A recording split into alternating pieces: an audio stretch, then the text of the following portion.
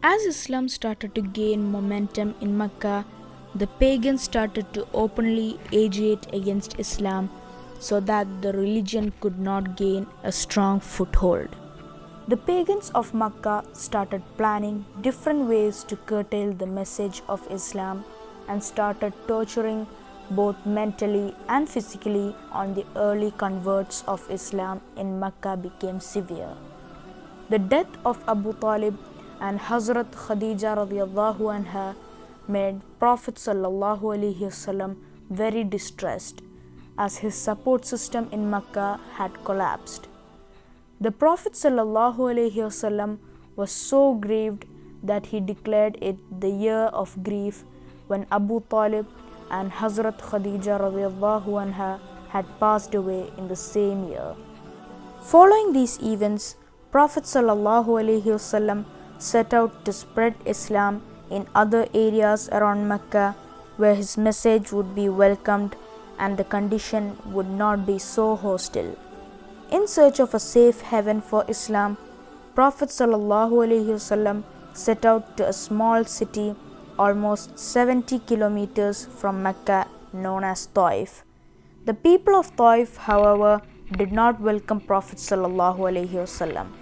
But Prophet sallallahu alaihi wasallam was chased by a group of mischievous people who threw stones at Holy Prophet sallallahu alaihi wasallam.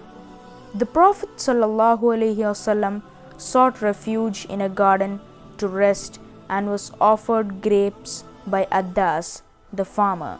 According to the tradition, Prophet sallallahu alaihi wasallam accepted the grapes and started eating with the prayer in the name of Allah. Addas was surprised as he had not heard the supplication before. He asked the Prophet sallallahu alaihi wasallam and he was so impressed by the personality of the Holy Prophet sallallahu alaihi wasallam that he accepted Islam. Opposite to this garden, now we can see a beautiful mosque known as Qantara Mosque, also known as Al-Madun Mosque. This, according to historians, was built around 162 years back in the Ottoman Empire. The style of the mosque matches with that of Abbasid area architect, which makes it appear ancient. The visit to Taif holds great importance for pilgrims during their visit. The pilgrims are very keen to visit and see the garden where the Prophet sallallahu alaihi wasallam rested. Al-Madun Mosque and Al-Quwa Mosque. Al-Quwa Mosque was also built around 800 years after the death of Prophet sallallahu alaihi wasallam. The tourists have different stories that they believe in and have these stories engraved in their minds. According to one such story, the Prophet sallallahu alaihi wasallam rested here in this place and there is a stone which has the mark of Prophet's elbow imprinted on the stone. However, the historians reject such stories and categorize them as mere stories far from reality. The majority of visitors coming to Taif are from Pakistan, India, Bangladesh and Malaysia. These tourists admire the beauty of the mosque and attach great religious importance to the place as Holy Prophet visited the city himself.